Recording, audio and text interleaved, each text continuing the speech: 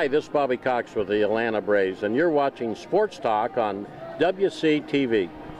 Hello there, good people. I'm Rob Shaw. It's time for a review of the Diamond. We're going to be joined by a New York Mets great, Ron Darling, starting pitcher for the 1986 World Series team. Ron, let's go around the Diamond. We're going to start at the catcher position. Some guys that come to mind, Brian McCann, obviously in Atlanta. Who comes to mind for you for a big year? Well, I love Brian McCann. I think he's just not only an excellent receiver, and to be an excellent receiver at that young of an age is a lot of kudos to him. But I think Russell Martin with the Dodgers is going to have a big year. He started off slowly so far, but he's an amazing talent. And he also gives you a lot of stolen bases as well. Now let's move to first base where the sluggers start to come in. Prince Fielder, Ryan Howard. Well, Ryan Howard, he hit a 479-foot home run yesterday, so he hits balls where no one hits them. So I love Howard, but I like Fielder's athleticism around the base, so I'll give the edge to Prince Fielder. A little different hitters than Keith Hernandez also. Now we go to second base where things have really changed from Wally Backman to 30 home run hitters. Talk about that. Well, I think, second base is a position just like shortstop was 10 or 15 years ago that has changed.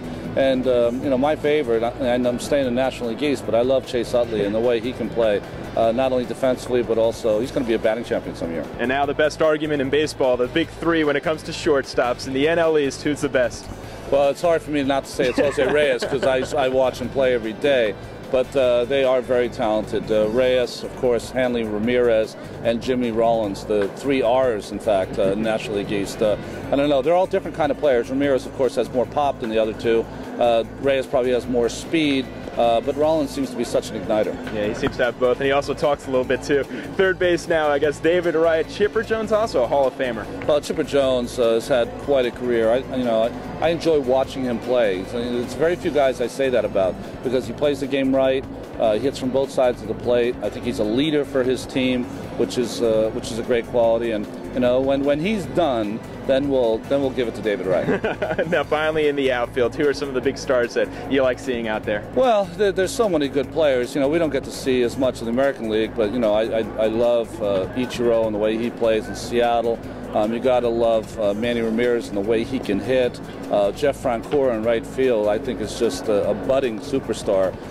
And plus, he plays every day. Those are things that you love to see. Beltran for the Mets, as talented gets. So this is a golden age for baseball. I know that people like to be nostalgic and think of the 40s, 50s, 60s as great years. I don't know. I've never seen so many young, talented players we have today. And that is from Shallow Hal, big-time actor Ron Darling, also an Emmy Award-winning broadcaster, joining us for a review of the Diamond. I'm Rob Shaw, signing out.